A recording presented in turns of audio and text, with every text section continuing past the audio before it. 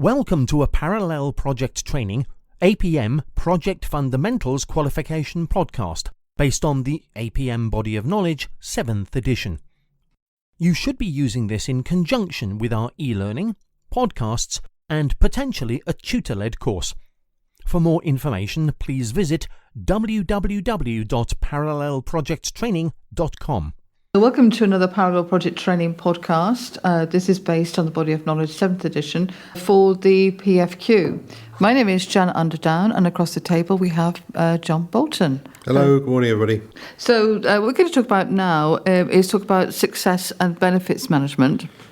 In this particular section, we're going to define what we mean by success criteria in terms of the context of managing projects, and also what we mean by benefits management, and maybe describe what typical benefits may be, and also why it's important to establish success criteria from the start, middle and end of a project.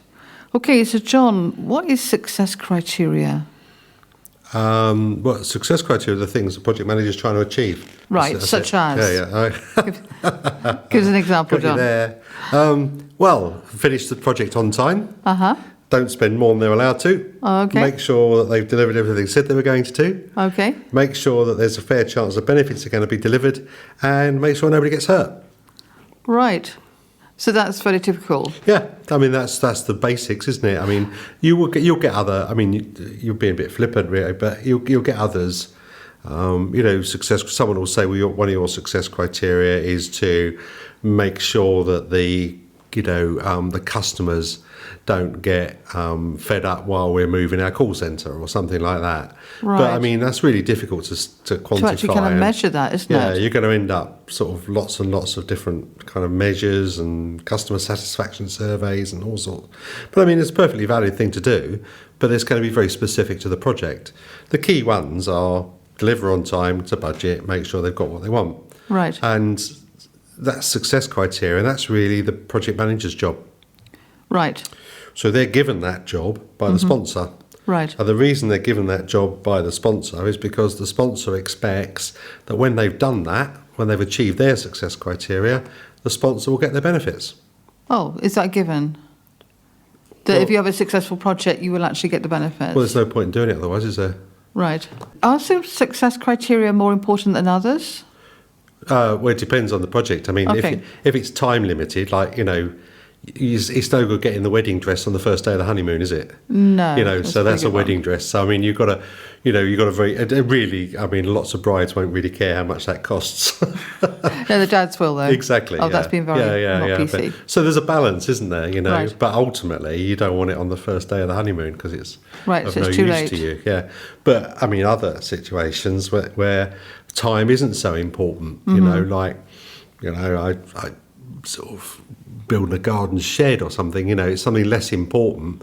Generally, doesn't have a timescale to it. Right. But the problem you've got is that unless you hit some sort of timescale, you never know when you're going to get the benefits. Right. Because the benefits effectively pay for the project.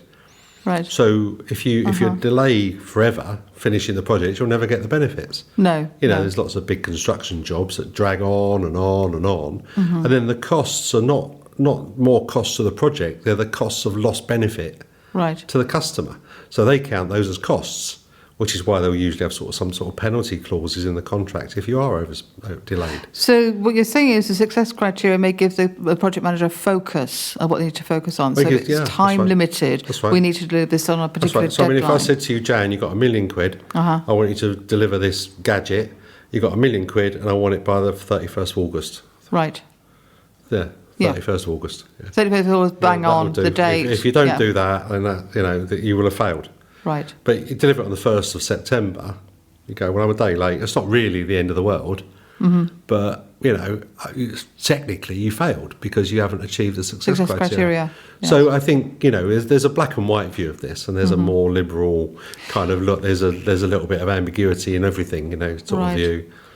So you can actually argue the point that project managers have to be very canny about what success criteria they actually sign up to. Oh, for sure. Yeah, absolutely. I mean, if you get, we used to call them hospital passes, or people used to chuck them over the wall.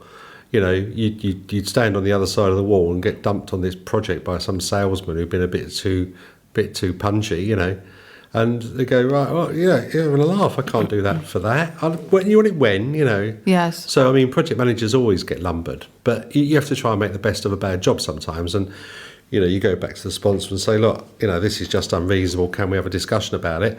If they come back to you and say, no, there is no discussion to be had, then, you've got a choice, haven't you? You can either carry on knowing, more or less you're not going to achieve it, or you walk away. So success criteria are really the project manager's job, the point I'm making, and the benefits are for the sponsor to worry about. So the point I'm trying to make is that the success criteria are the project manager's responsibility, and the benefits are really down to the sponsor. Right. But that doesn't mean they don't have some crossover. The project manager can't turn around and go, well, I did what I told you to, and I'm not interested in whether you get the benefits or not. And similarly, the sponsor can't demand unreasonable things of the project manager. Right.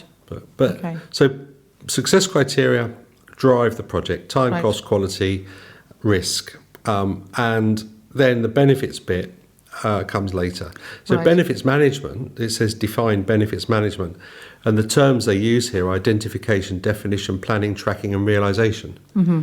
Right, so the idea is you identify the benefits, write some sort of benefit profile, some sort of documentation. And then maybe in the business case, which Yeah. we'll discuss later. Yeah. And then you go on and thereafter define them in a greater level of detail. Mm-hmm. You plan how you're going to deliver them, so when they're going to arrive. So Right. I think I'm going to let 10% of the new block of flats every month for the next 6 months, Right, you whatever get it is. okay. So we know when that's Yes, going to okay. happen. And then we track them, so we know that they're being realised. Yes. And that's really the role of the sponsor. And benefits management, happens early on in the project because you write the business case. So the idea is you write the business case, and at the end of the project you measure the benefits against the business case. Do we actually get it? Do we achieve the business Whereas case? the success criteria are more or less written down in the project management plan, and they're checked at the end of the project. Right. So- And success criteria, it talks about, it's important about, we actually track it throughout the project life cycle. Yeah. Will success criteria will be part of the reporting, which is discussed in the podcast? Yeah, I mean, that's where KPIs come in. I mean, KPIs are not part of the syllabus, but again, KPIs are the measures that you use to make sure you're going to achieve the success criteria. Yes. So if I'm going to put 10,000 seats in a new stadium and I've got 10 weeks to do it, I need to make sure I've done 1,000 a week. Mm-hmm. So you go and count them. Yeah. If at the end of the first Very week you've done simply, 900, you need to go out and give the team a bit of a talking to. If they've done 1,100, then you can slow down a bit, Okay, go down the pub, yes. Go down the pub. Excellent. Yeah, so that's KPIs. They're the things that really sort of kind of you measure and Yes, we help used to steer call it the you. pulse beat of the project, didn't we, Yeah. towards the success criteria, Yeah. but it's now not in the syllabus. Okay, John, this question. Could you actually have a successful project that met the success criteria and we don't get the benefits? Theoretically, no. Because you've got a situation where, as you go through the project, you should be tracking progress of the project to make sure that it is still on target to deliver the benefits you anticipate. Right, uh-huh. Otherwise, it's deviating from the business case. Right. So theoretically, no. In practice, I suppose you could end up with a very good, very good building, very pretty building that no one wants to live in. Yes. And We don't get the benefits. And that's a miscommunication between kind of customer expectation and the sponsorship community. I think you can get what do they call them, where you've got a sort of a project that's your own pet project, sort of a Yes. just for your own benefit, it's personalised, and you see that a lot in sort of dictatorships where they build these huge palaces. But I mean, do they ever really yield that sort of benefit to the country? Yes, we used to or call the them individuals? follies, didn't they? Used to build follies. Yeah, that's right. Got So the New follies. Forest, yes. So I can't remember the phrase they apply to me. It'll come back to me as soon as we finish, I've no doubt. And also, adversely, could you actually have a really bad project that was over time, over budget, problems, and we still get the benefits? I think that's more likely. Uh-huh. I think that's far more likely. I think we tend to underestimate cost Yes. and overestimate benefit. Right. But so the trouble is we observe the overspend before we observe the over benefit. Right. Because So- you can actually have emergent benefits, yeah. But of course, there's Well, lots of risks around Yeah, these. I mean, I factors, aren't there? don't know what emergent benefits are, but if you've got a particular building that you've built or a particular asset that you've built, you don't really understand what the benefit of that thing was in the future, and it's only later that it has become realised. So you can, Great Western Railway runs from London to Bristol, massively overspent, late, didn't go to half the places it should have done. But is it beneficial to the economy now? Massively. Yes. So you can't, and a lot of these projects are taken on trust. So you build an asset on the basis that you think it's going to be the right thing for the economy. Right. I mean, arguably the Humber Bridge is, not ever been used to its full capacity, whereas the Queen Elizabeth Bridge is the QE Bridge, massively used, and and paying back in spades.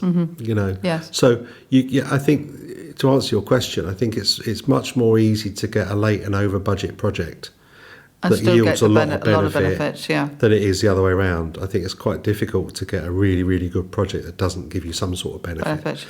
But halo projects, halo projects, is that what they call them? Anyway, it will come back to me, that. Okay, that might be another podcast. Quite often the dream of some politician. Yes, they have this vision, yes. Okay, so what we just discussed is success criteria in terms of projects, what that means, and how we need to track those throughout the project life cycle. And thank you, John. We looked at benefits and a definition of benefits as per the syllabus. So I hope you enjoyed the podcast. Thank you very much, John. Great. We hope you enjoyed this podcast and found it informative. To find out about our training courses, e-learning or tutor-led course, please go to www.parallelprojecttraining.com.